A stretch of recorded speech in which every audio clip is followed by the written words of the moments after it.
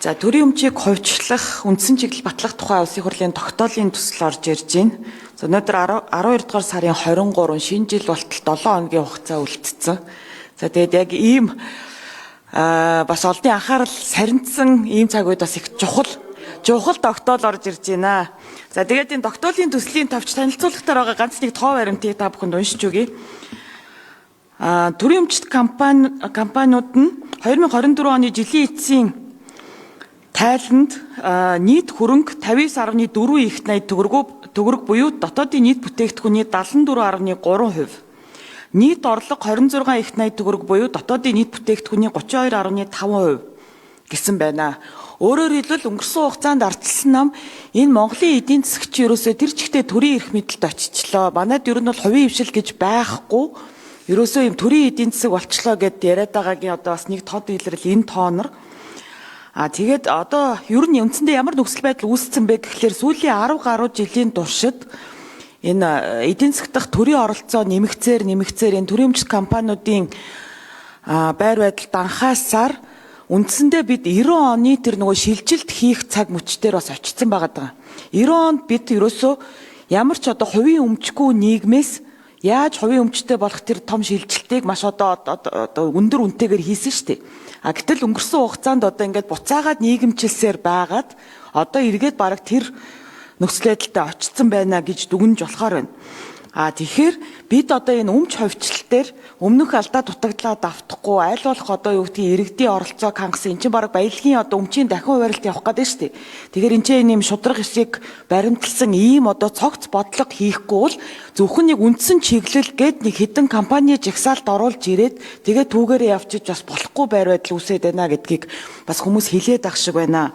Тэгэхээр энэ үндсэн чиглэл гэж нэрлсэн хэрнээ одоо ингээд зөвхөн нэг хэдэн компанидын жагсаалт оруулаад ирж байгаа байхгүй юу? Гэтэл тэр нөгөө зарчмууд нь яг тодорхой юу ахын энэ гэдэг асуудал дээр бид нар бүр нийгмийн хилцүүлэг явуулж иж одоо энэ нөхцөл байдлаасаа яаж гарах вэ? Тэр 90 оны алдаагаа яаж давтахгүй байх вэ?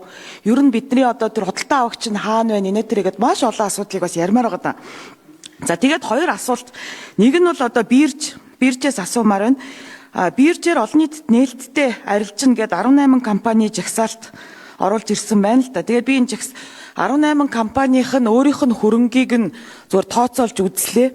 Тэгсэн чинь 42 их найд 264 тэрбум төгрөгийн өөрийн хөрөнгөтэй компаниуд байгаа тийм. Манай Монголын хөрөнгийн биржийн ер нь нийт нөгөө зах зээлийн үнэлгээ чинь болохоор нэг 10 гаруй их найд төгрөг байгаа даа шүү дээ. За тэгээд тэр зах зээлийн багтаамж нь хаана байна гэдэг асуудал байна. Тэгээд минут 1 минут зарлан шүү. Тэгээд яг ингээд биржээр арилжаалаад олон нийтэд нээлттэйгээр ингээд яваад IPO хийчих юм бол гоё болчихно гэж бодоод байгаа. Гэхдээ өнөөдөр манай бирж бас зөндөө олон асуудалтай байгаа.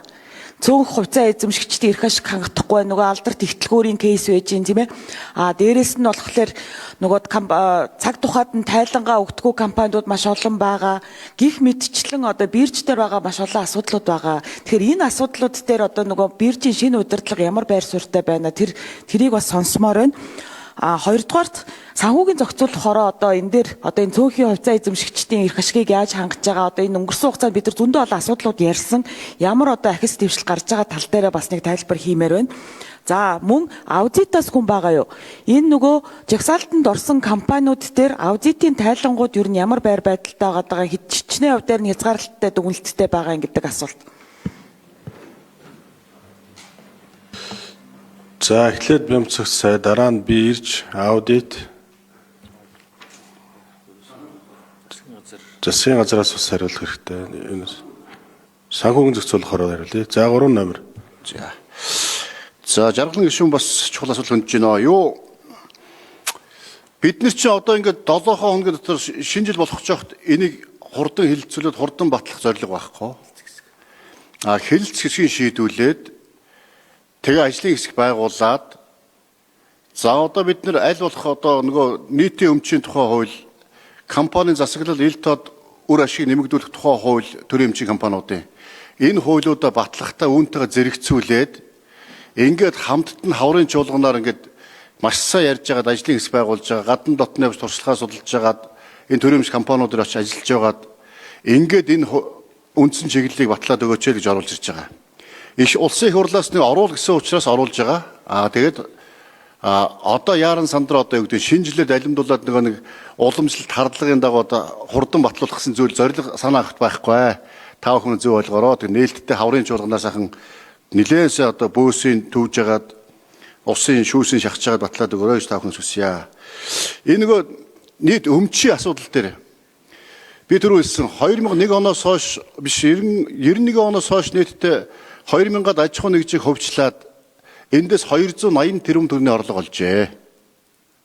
За тэгвэл одоо бид нар үндсэндээ Эрдэнэ төвлөрд Эрдэнэс таванлага гэдэг хэдэн том компаниуд маань энэ уулуурхаан салбарт, стратегийн салбарт үйл ажиллагаа явуулаад эндээс одоо нийт төрийн эмч компаниуд дийлэх ашиг олж байгаа. Энийн одоо зөвхөн олж байгаа ашиг нь гэвэл жилдээ 6 их 80 төгрөгийн татвар төлбөр хураамжийг өнгөрсөн жил ямар их хөрөнгө хөвчилсөн бэлээ өнгөрсөн хугацаанд.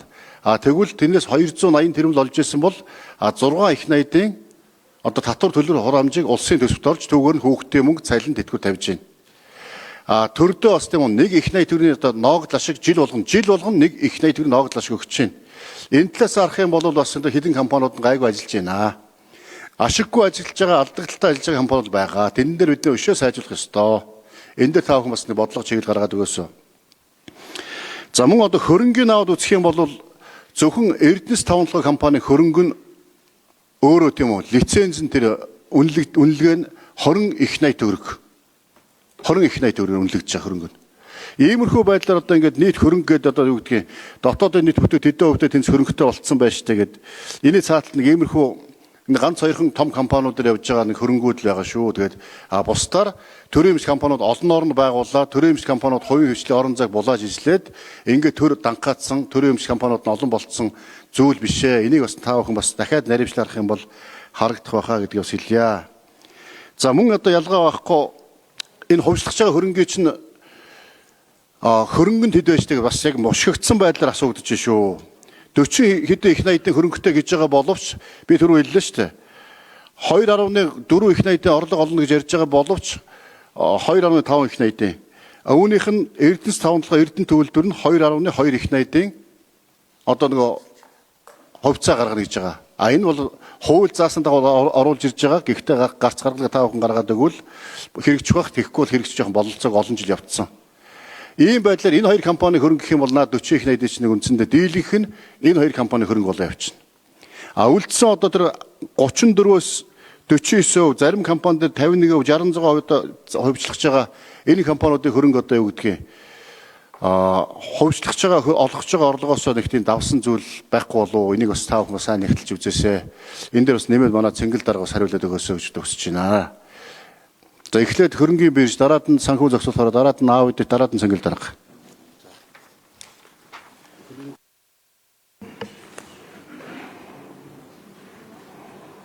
Хөрөнгийн бирж хаана?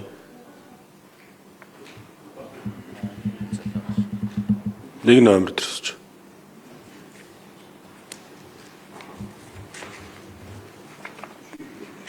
Нэг номер өөрийгөө танилцуул. За сайн байна. Монголын хөрөнгийн биржийн гүйцэтгэх захирлын үүрэг гүйцэтгэгч Мөнх Хотооноо гишүүний асуултанд хариулъя. За өнөөдрийн байдлаар Монголын хөрөнгийн биржид бүртгэлтэй үнд цаасны зах зээлийн үнэлгээ 13,25 их 80 төгрөгийн үнэлгээтэй байна. За 22 онд үүний өмнө одоо үндсэн чиглэл батлагдчихсан үетэй харьцуулах юм бол зах зээлийн үнэлгээ 2 дахин өссөн үзүүлэлттэй. За үүнд бол бас одоо банкуудын болон томоохон аж ахуй нэгжүүдийн олон нийтэд нээлттэй болсон энэ ажлууд бол одоо нөлөөсөн баг тийм. За 25 онд бол нийт анх дахь зах зээл дээр 380 тэрбум, хоёр дахь зах зээл дээр 470 тэрбум, нийтдээ 850 тэрбум төгрөгийн үнд цаасыг арилжсан байна. Одоо зах зээлийн үнэлгээнийхээ ойролцоогоор 4-5% та тэнцвэрсэн юм хөрвөх чадвартай байна гэж ойлгож болж байна. За ер нь бол 27 он хүртэл манай дунд хугацааны стратеги Нэг номер 1 минут. Дотоодын нийт бүтээгдэхүүний 25% хүргэж одоо зах зээлийн үнэлгээг өсгөх юм төлөвлөлтөд ажиллаж байгаа. Тэгэхээр одоо түрүүн хэлсэнчлэн 2.3 3 их найдын хөрөнгийг дотоодын хөрөнгийн биелжил босгох зорилтын хүрээнд бол бэлтгэл ажлуудыг хийгээд үе шаттай байж болно гэж бодож байгаа. Арилжааны банкуд дээр байгаа харилцах хадгаламжийн үлдэгдэл бол одоо 30 орчим их найд төгрөг байгаа тийм. Энийн 10% нь бол хөрөнгийн зах зээлд рүү татахад бол ийм хэмжээний ажлыг зохион байгуулах боломжтой гэж болж байна.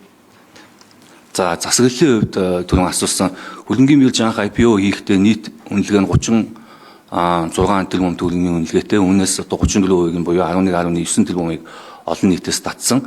За өнөөдөр манай байгууллагын зах зээлийн үнэлгээ 102 тэрбумын үнэлгээтэй буюу анх хөрөнгө оруулж исэн хүмүүсийн үнц нь 3 дахин өссөн.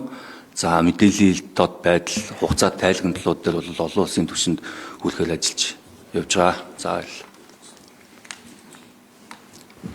За санхүүгийн зохицуулахаараа.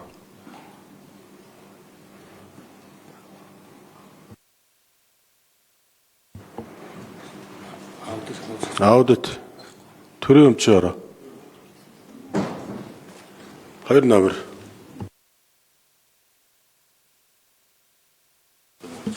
За яг сая хөрөнгөний бирж ерөнхийдөө хэлжлээ л дээ. Тэг яг бид бол зах зээлийн багтаамжийг бол бас судалж үзэж байгаа. Ялангуяа нөгөө банкны асуудалтай холбогдуулаад олон улсын байгууллагаас гаргасан бас судалгаа байна л да. Тэгэхээр ерөнхийдөө нэг 2 болон 2.4 их найдын багтаамж байна гэж үзэж байгаа юм. Тэгэхээр энийг бид бол яг төрийн банкны одоо 45% гарах гэдэг байгаа шүү дээ. Тэгэхээр энд бол ерөнхийдөө аваад үзэхлээр бол бас болцоотой гэж үзэж байгаа. За МЯТ болон зарим газар дээр бол бас сонирхлоо илэрхийлж байгаа олон улсын байгууллагуудаас бид зөвлөх үйлчлэгээ аваад явж байгаа бол бас ер нь бол боломжийн хэмжээд явж холоо гэж харж байгаа. Тийм учраас ерөнхийдөө бол засгийн газар жагсаалаа батлах учраас бид эд бүх юмуудыг тооцож үзэж ер нь бол хэрэгжих магадaltaа